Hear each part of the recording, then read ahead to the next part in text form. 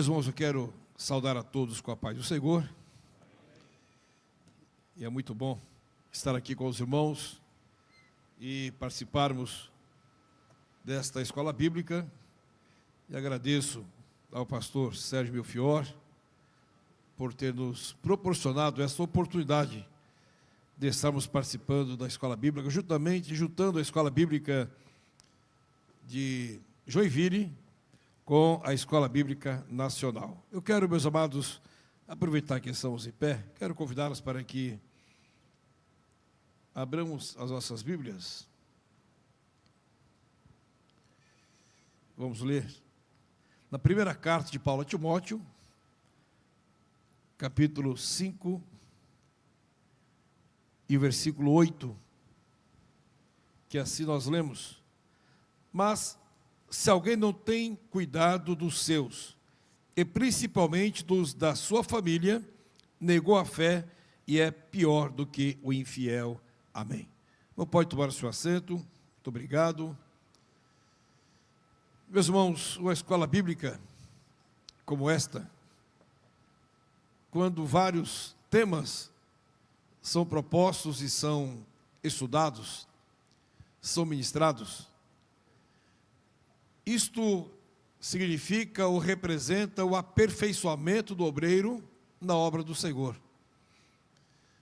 Logicamente que nós, conforme temos ouvido aqui a última lição, o último ensino ministrado pelo pastor Sérgio a respeito da ética, jamais nós podemos considerar que aprendemos tudo.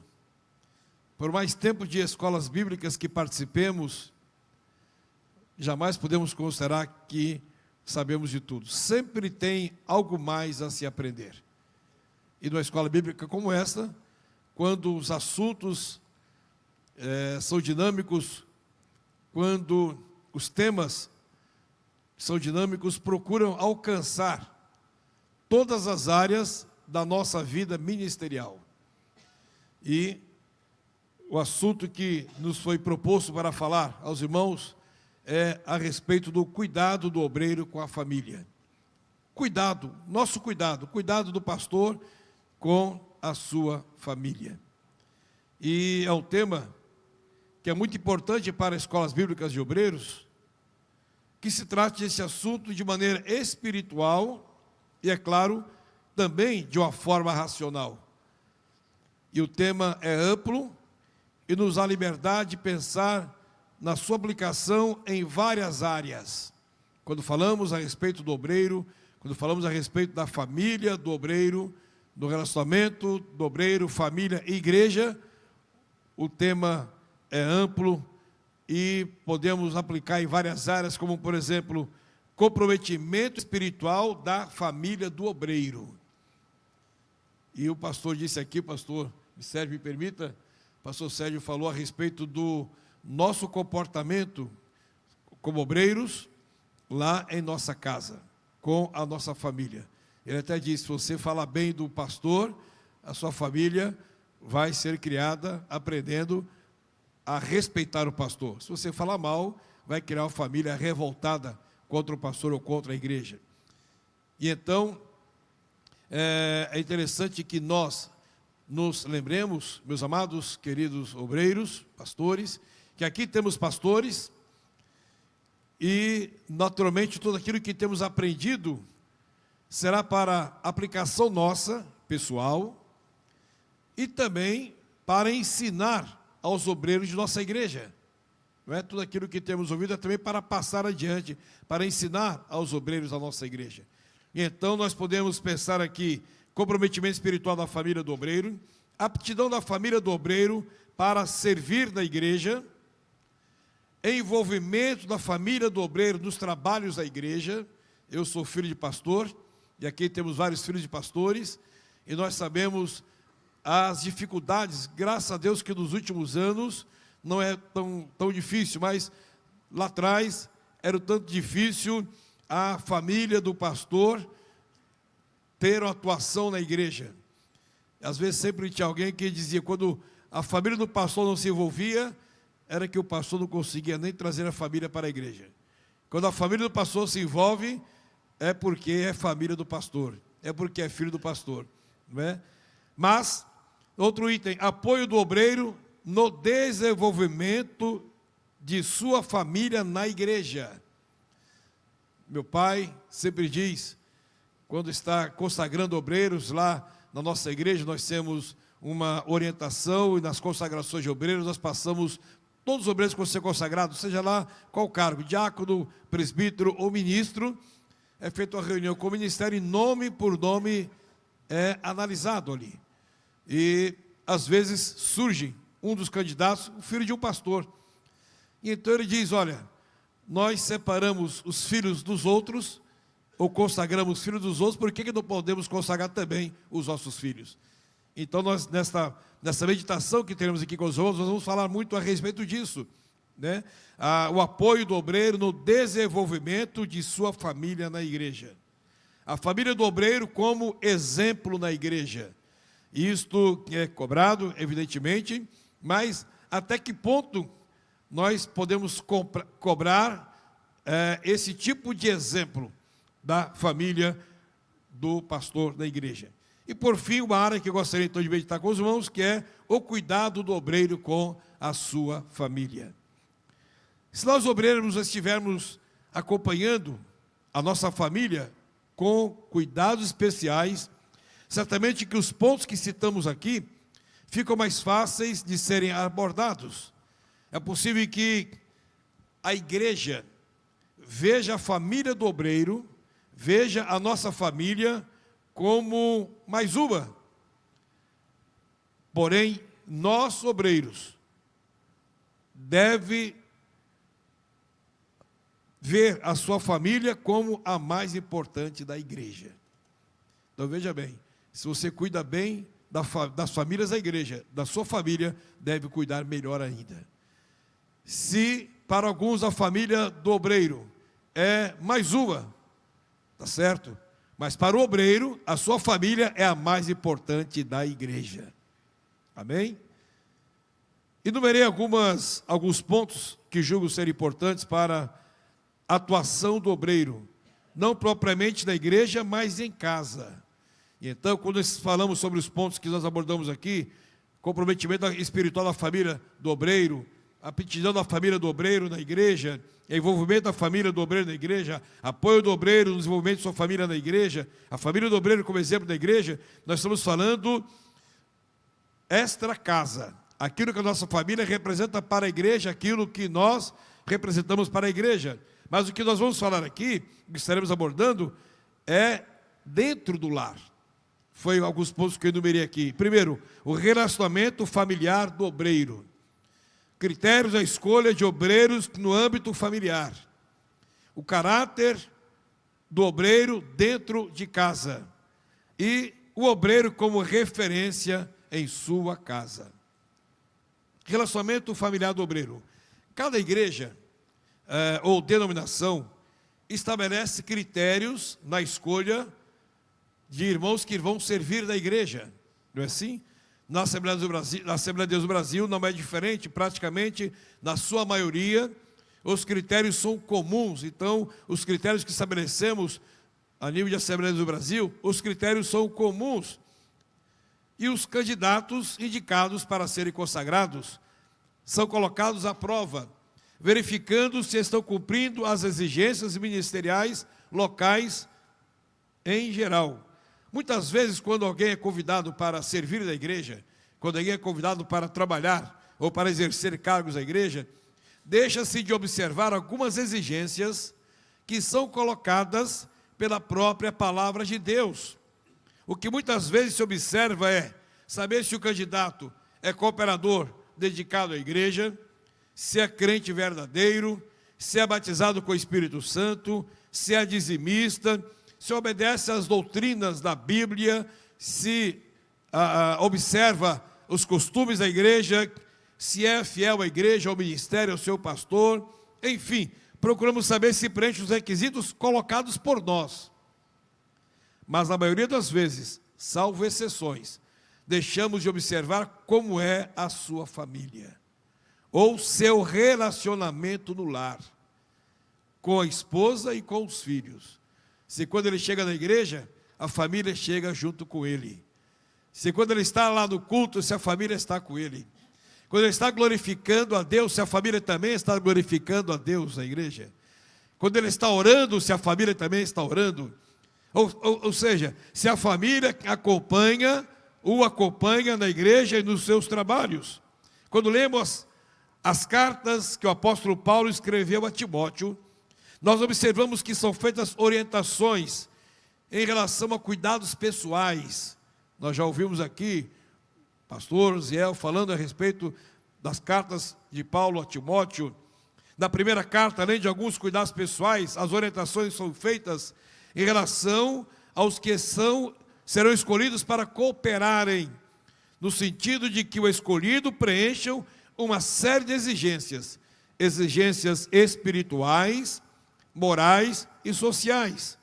Então, quando vamos escolher alguém para cooperar, procuramos observar se estão preenchendo alguns pré-requisitos mais cobrados, mas a maioria das vezes ignoramos algo que a palavra de Deus orienta, o que é cuidado com a sua família.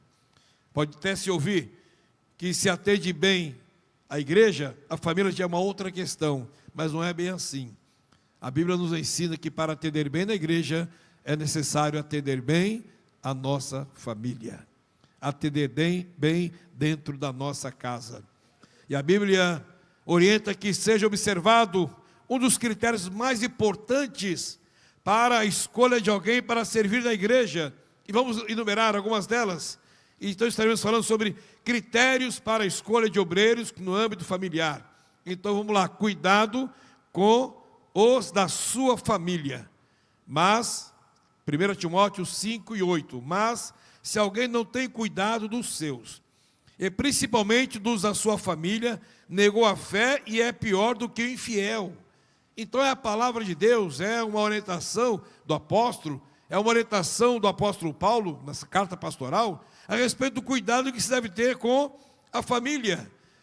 Cuidado no âmbito geral, cuidado em todos os sentidos, cuidado em todas as faixas etárias. Os nossos filhos, a cada faixa etária, que é um cuidado específico, é um cuidado que se deve direcionar à família. Cuidado é este, obrigações que nós como pais de famílias temos, não somente no seu sustento, não somente no seu desenvolvimento emocional.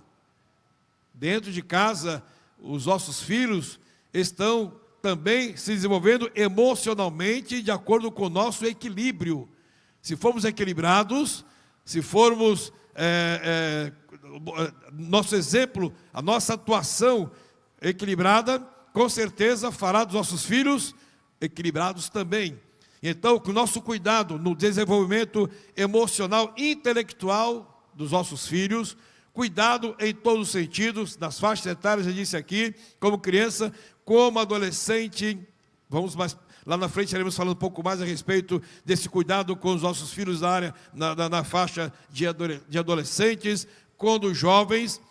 Cuidado em conceder a ele todas as oportunidades e desenvolver dos nossos filhos quais são os interesses que eles poderão ter na sua vida e no seu futuro.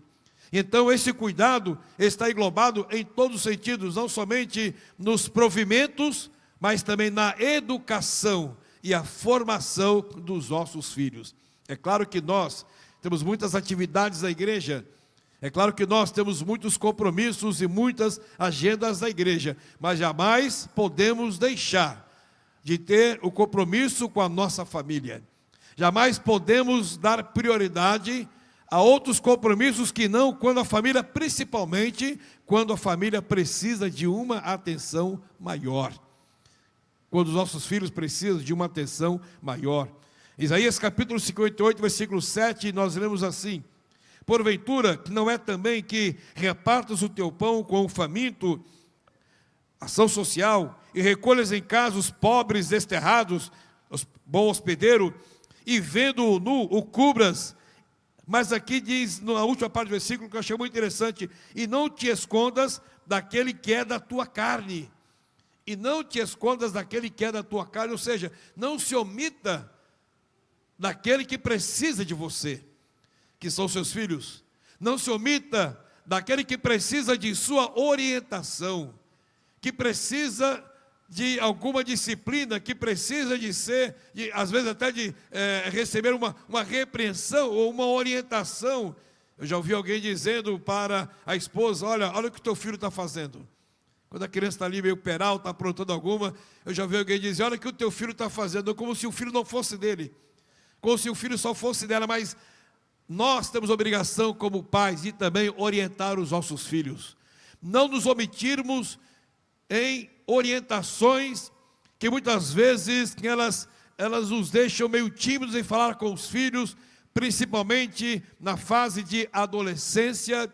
Não nos omitirmos nas orientações que devemos trazer aos nossos filhos, de respostas que cobram de nós, de perguntas que nos fazem, que muitas vezes nos deixam ruborecidos diante das perguntas que nos fazem, mas nós não podemos nos omitir de trazer a eles qual é a realidade, qual é a orientação que seja edificante para as suas vidas.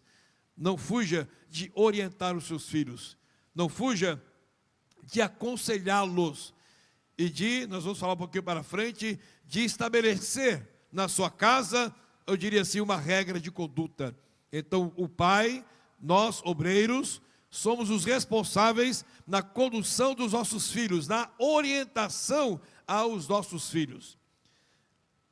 1 Timóteo capítulo 3, que versículo 5, porque se alguém não sabe governar a sua própria casa, terá cuidado da igreja de Deus. Aqui o apóstolo faz uma pergunta que eu achei muito interessante: se alguém não sabe governar a sua própria casa. Meus amados, isso deve ser feito, deve ser visto com muita atenção. Como é a casa daquele obreiro que você quer consagrar ou trazer para servir na igreja?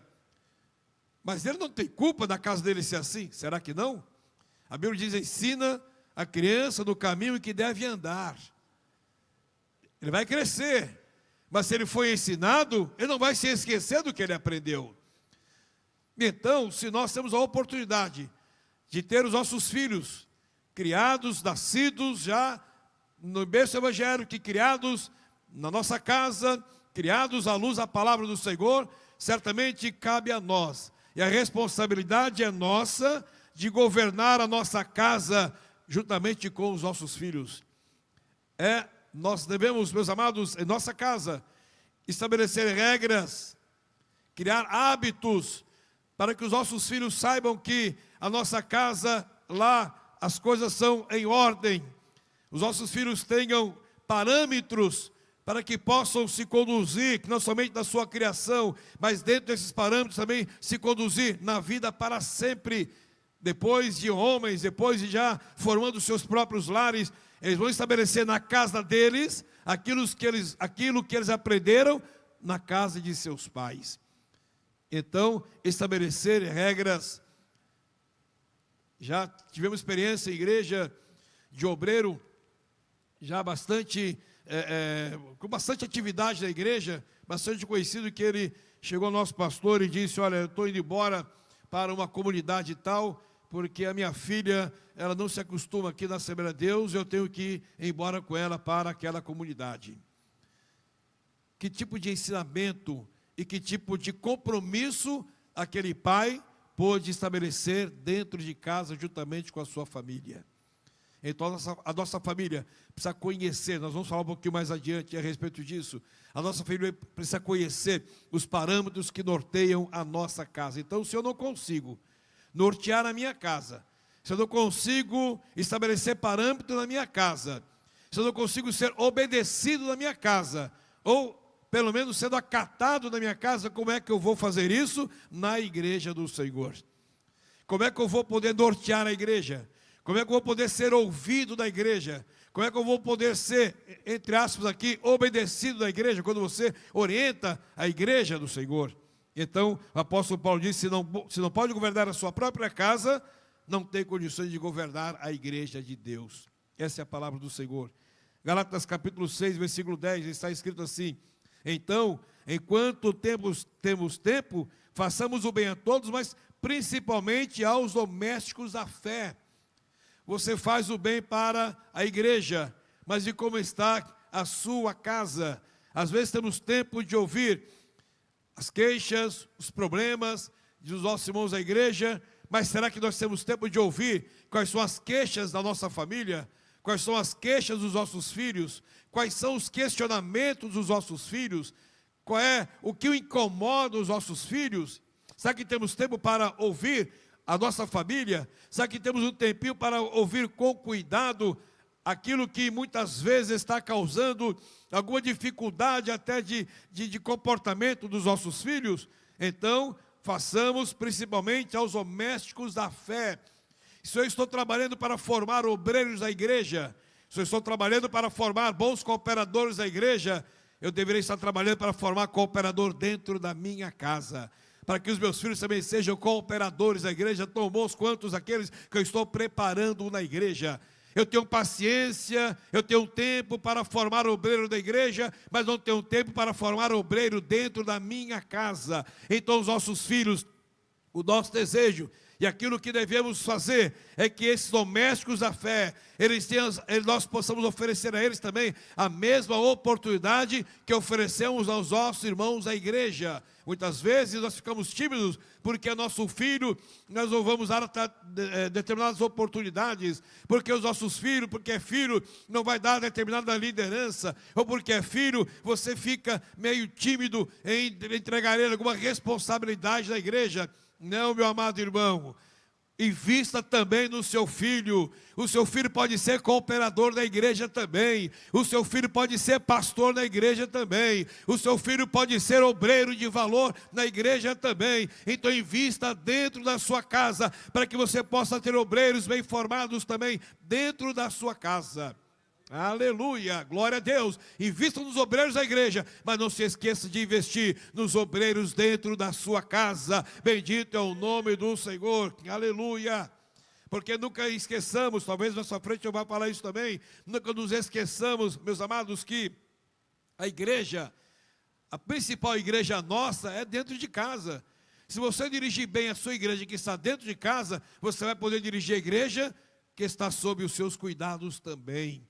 É interessante que nós, como pastores, nós como os obreiros e como os pais de família, é interessante que nós sirvamos a Deus na igreja ou em casa, assim como servimos a Deus na igreja. É interessante que nós glorifiquemos a Deus em casa, da mesma forma que glorificamos a Deus também na igreja. É interessante que oremos em casa, da mesma maneira que oramos também na igreja, porque a nossa casa é uma igreja. A nossa casa é o lugar onde Jesus está presente. O nosso lar é o lugar onde o Senhor também se faz presente. Então o obreiro da igreja é o obreiro de casa. O obreiro que prega na igreja, ele prega para a sua família também na sua casa. O obreiro que glorifica a Deus na igreja, ele também glorifica a Deus na sua casa. O obreiro que fala em línguas estranhas na igreja, ele também fala em línguas estranhas na sua casa. Bendito é o nome do Senhor, aleluia.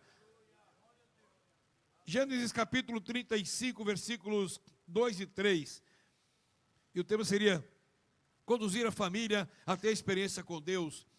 Então disse Jacó à sua família e a todos que com ele estavam: tirai os deuses estranhos que estão no meio de vós, e purificai-vos, e mudai as vossas vestes, e levantemo-nos e subamos a Betel.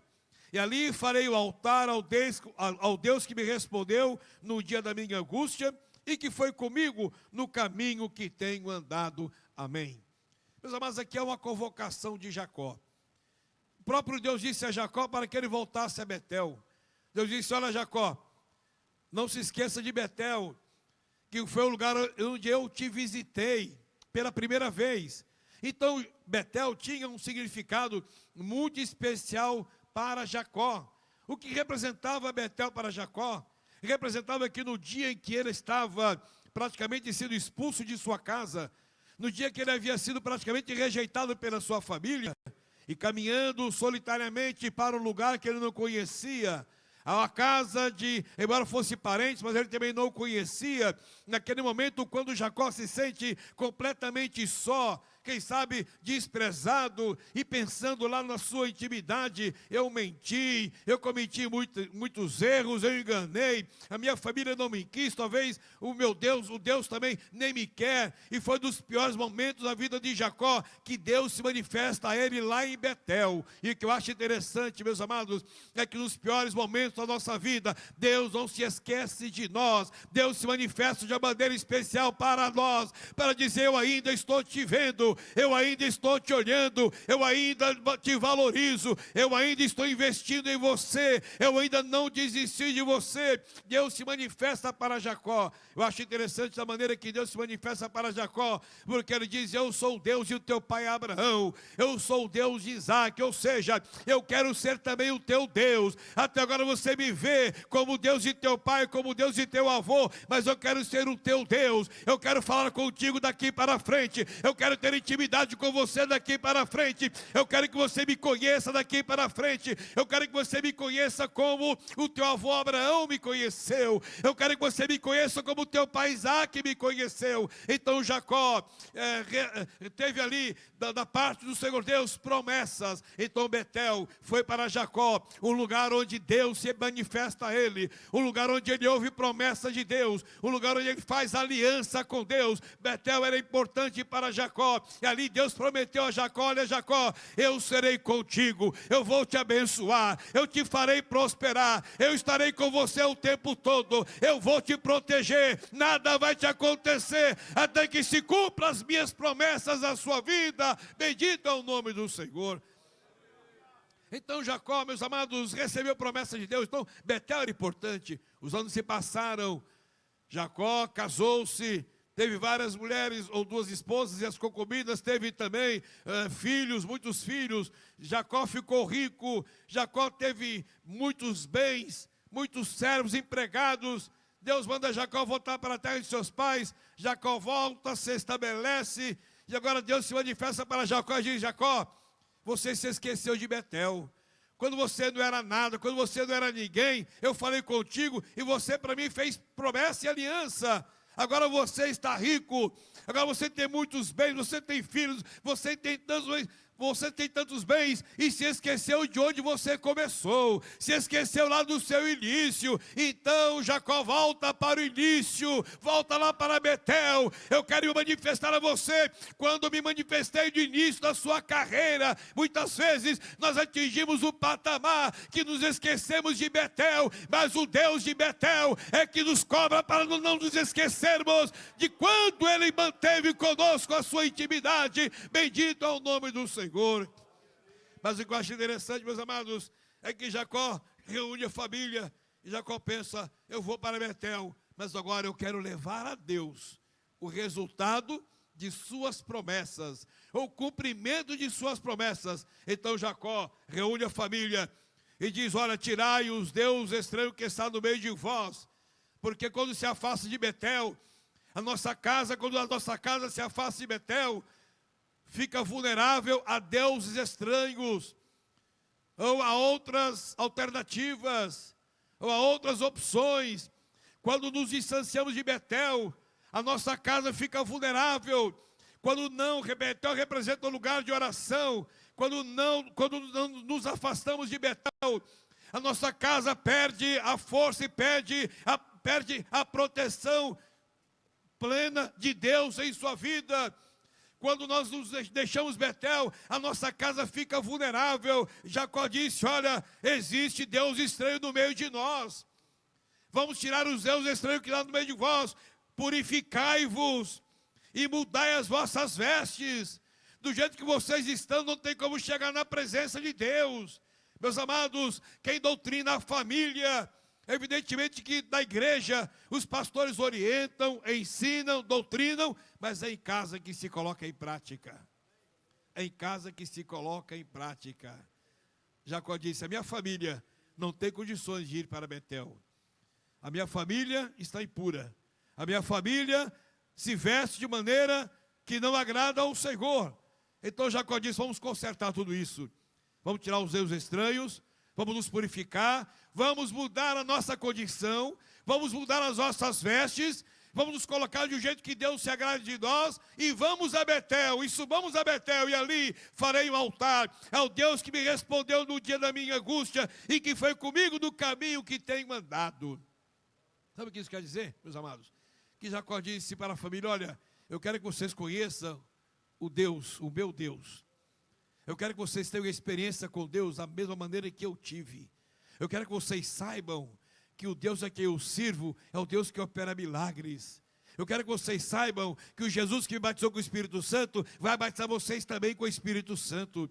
Eu quero que vocês saibam que o Jesus que tem me feito prosperar é o Jesus que vai te fazer prosperar também. Então levemos a nossa família a conhecer a Deus da maneira que nós conhecemos. Levemos a nossa família a amar a oração da maneira que nós amamos. Levemos a nossa família a glorificar a Deus da maneira que nós glorificamos. Estabeleçamos o altar de adoração em nossa casa, para que a nossa família saiba: lá em casa, eu e nossa família adoramos a Deus. Lá em casa, Deus se faz presente. Lá em casa não tem contenda, porque o Deus de paz está conosco. Lá em casa não tem de tristeza, porque o Deus de alegria está conosco. O Deus de paz vive conosco. Lá em casa tem o altar, lá em casa tem o Betel, e nós estamos ali em Betel, juntamente com a nossa família. Quando usamos a nossa família a ter as experiências com Deus. Esta foi a preocupação de Jacó, quando pensou em levar a sua família para Betel. Não se omitir daquilo que é de responsabilidade de pai. Segundo aos Coríntios, capítulo 12, e versículo 14, que assim está escrito: e eis aqui estou pronto para pela terceira vez ir ter convosco, e não vos serei pesado, pois não busco o que é vosso, mas sim vós, porque não deve os filhos entesourar para os pais, mas os pais para os filhos. Então aqui, com uma grande responsabilidade da nossa parte, deixar herança para os filhos, entesourar para os filhos. Que tipo de herança ou qual herança nós vamos deixar para os filhos? Evidentemente que nós, como pais, nos preocupamos em deixar bens materiais para os filhos. Qual pai que não gostaria de deixar uma casa para cada filho, deixar uma boa condição financeira para cada filho? Mas nem sempre é possível. Eu diria é quase difícil. Quando eu consigo para nós está ótimo, não é? Então parece que é um pouco difícil muitas vezes, mas a herança que deixamos aqui, o tesouro que deixamos aqui, é aquilo que nós estamos dando para os nossos filhos no sentido espiritual, no sentido moral, no sentido de exemplo, de parâmetros que você vai estabelecendo na sua vida diante dos seus filhos. Aleluia! Aquilo que o teu filho vê em você é aquilo que ele tem a tendência de ser. Aleluia! Estou me lembrando aqui, meus amados, quando aquela viúva procura o profeta Eliseu, e ela, quando vai falar com Eliseu, que os seus filhos, que ela tem dívida, que o credor quer levar os seus filhos como pagamento da dívida, quando ela procura o profeta Eliseu, ela diz: olha, o meu marido era teu servo e temia a Deus. E eu comecei a pensar, meus amados, o exemplo que o marido daquela mulher deixou dentro de casa. Mesmo depois de morto, aquela mulher pôde ir ao profeta, porque certamente ele sempre falou bem do profeta dentro de casa. Certamente ele dizia: olha, eu sirvo ao homem de Deus, eu sirvo a um profeta de Deus, eu sirvo ao homem que é o meu líder espiritual. Quando eu estou em dificuldade, eu falo com ele. Quando eu tenho um problema, eu falo com ele. Quando eu estou enfermo, eu falo com ele. Ele é que me orienta, ele que me aconselha. Então, quando essa mulher agora se sente apertada com o problema, ela se lembrou: o meu marido, ele servia ao homem de Deus, ele sempre falou bem do homem de Deus. Então eu vou lá, porque o homem de Deus tem uma palavra para o meu coração, tem uma palavra para nortear a minha vida, tem uma palavra de orientação para aquilo que eu preciso. Aleluia. Então o testemunho daquele homem que já estava morto, mas ele deixou dentro de casa um bom testemunho, porque ela disse: meu marido era teu servo e era temente a Deus. Então esta é a herança que nós vamos deixar para os nossos filhos. Preste atenção quando o pastor Osiel falou do seu pai. É o homem de Deus, o homem de Deus, aleluia. E é muito bom quando nós podemos nos referir aos nossos pais e os nossos filhos se referirem a nós como sendo homens de Deus. Vou fazer uma pergunta e você responda para você mesmo. Quando você que é homem de Deus, que é presbítero, que é pastor, quando seu filho está enfermo, a sua esposa está enferma, eles pedem para você ungí-los? Eles confiam na sua chamada? A tua vida ou a nossa vida é íntegra de tal maneira que os nossos filhos confiam que se nós ungirmos, eles serão curados? Eles confiam que na verdade nós somos homens de Deus e que se ungirmos serão curados, se orarmos serão ouvidos, terão os seus pedidos atendidos? Então dentro de casa, os nossos filhos precisam nos ter como parâmetro como homens de Deus. Esta herança que nós vamos deixar para os nossos filhos. Você pode não deixar nenhum bem material. Deus jamais deixará faltar alguma coisa para os seus filhos. Mas o que você vai deixar é o compromisso da palavra de Deus, no ensino que você vai fazer no dia a dia para com os seus filhos. Venha para a escola dominical e traga os seus filhos com você na escola bíblica dominical. Venha para os cultos à noite, traga os seus filhos para o culto à noite. Quando você estiver cultuando ao Senhor, procure saber onde é que estão os seus filhos. Vocês estão lá cultuando com você na igreja ou vocês estão lá fora? Então, esse é o exemplo que nós devemos deixar para os nossos filhos. Demonstrar que ama a sua esposa. Efésios 5:25. Vós, maridos, amai vossa mulher, como também Cristo amou a igreja e a si mesmo se entregou por ela. Eu acho muito interessante quando o apóstolo, ele dimensiona aqui o amor do marido, quando ele faz uma comparação interessante, qual é a dimensão do amor do marido para com a mulher. Qual é, meus amados, a dimensão do amor do marido para com a sua esposa? É comparado a quê? Ao amor de Cristo para com a sua igreja. Então esse é o amor que o marido deve ter para com a sua esposa. O mesmo amor que Cristo teve para com a sua igreja. Aleluia. Ame a sua esposa com amor, com o mesmo amor que o Senhor Jesus amou a sua igreja. O pastor disse aqui a respeito, talvez não dê mais tempo, não dê tempo de eu falar aqui ainda mais adiante, a respeito do cuidado que devemos ter no nosso relacionamento, principalmente com o sexo oposto. Falou aqui do cuidado que devemos ter no toque, ou talvez em reuniões, onde precisa ser tratado de casos, e aí há de ter com cuidado especial. E então, quando você ama a sua esposa, quando este amor tem esta dimensão do amor de Cristo para com a sua igreja, nada vai comprometer o teu relacionamento conjugal. Nada vai comprometer com o teu casamento. 1 Samuel capítulo 1, versículos 4 e 5, nós lemos assim: E sucedeu que no dia que Eucana sacrificava, dava ele porções do sacrifício a Penina, sua mulher, e a todos os seus filhos, e a todas as suas filhas. Porém a Ana dava uma parte excelente, porquanto ele amava a Ana, porém o Senhor lhe tinha cerrado a madre. Mas eu quero destacar aqui, meus amados, porém a Ana dava uma parte excelente, porquanto ele amava a Ana. Então veja que interessante, quando Eucana ia para Siló, no período de sacrifício, ele ia para Siló para sacrificar juntamente com a família, uma vez por ano, e Ana tinha um trauma, uma tristeza. A Bíblia diz que Ana andava triste, não comia, chorava, porque a sua madre, que era fechada, era cerrada, Deus havia cerrado a madre de Ana, enquanto que Penina havia dado filhos e filhas para Eucana. E lá em Siló, do sacrifício, Eucana tomava do sacrifício e dava porções para Penina e para os seus filhos, mas para Ana a porção era mais excelente. Sabe o que me chamou a atenção aqui, meus amados? Que o mais excelente devemos deixar para a nossa esposa. O mais excelente em todos os sentidos. O mais excelente da nossa atenção. O mais excelente do nosso tempo. O mais excelente do nosso vigor. O mais excelente, quem sabe até dos nossos bens.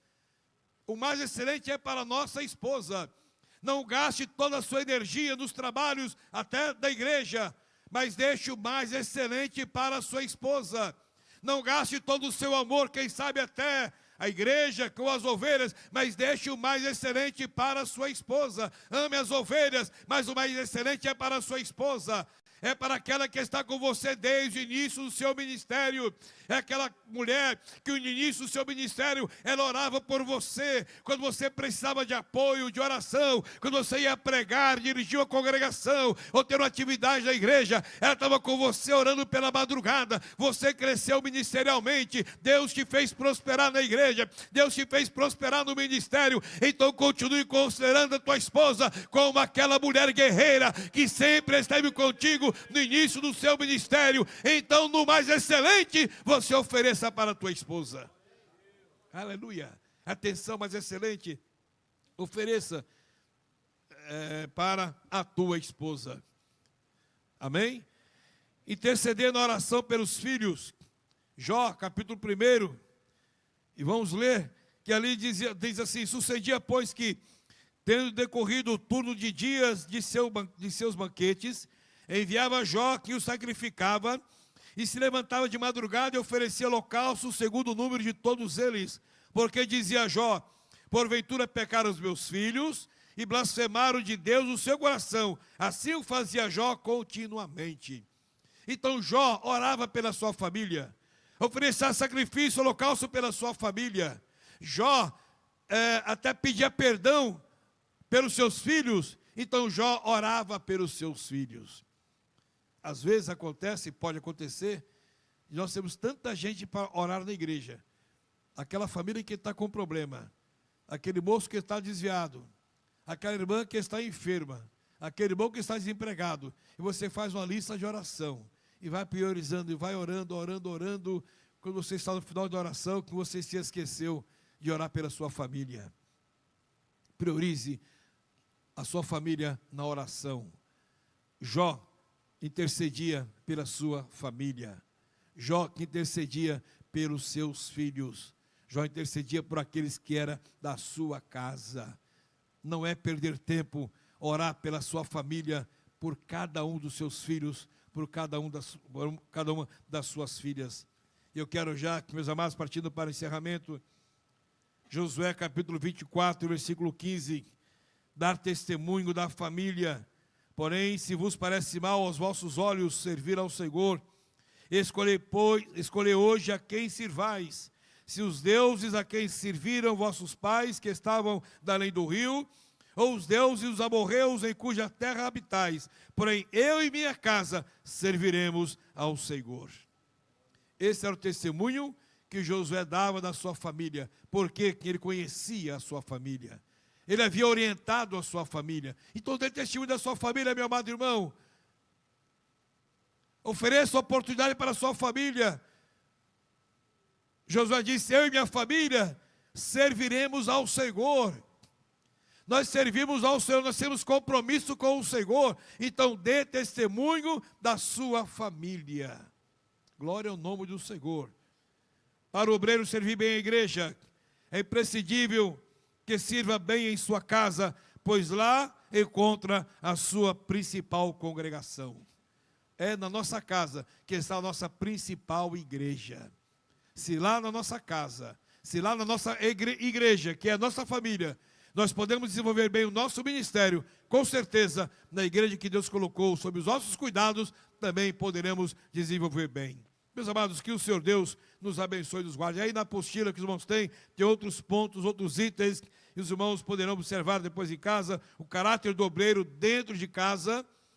O caráter do obreiro dentro de casa foi falado aqui a respeito daquele ensino de Jesus, Mateus capítulo 5 até o capítulo 7, ali Jesus orienta qual deve ser a nossa conduta, ou a conduta daqueles que vão segui-lo, e lá nós somos incluídos naquelas condutas. Tem muita coisa para ser estudado ali. O caráter obreiro dentro de casa, o obreiro como referência em sua casa.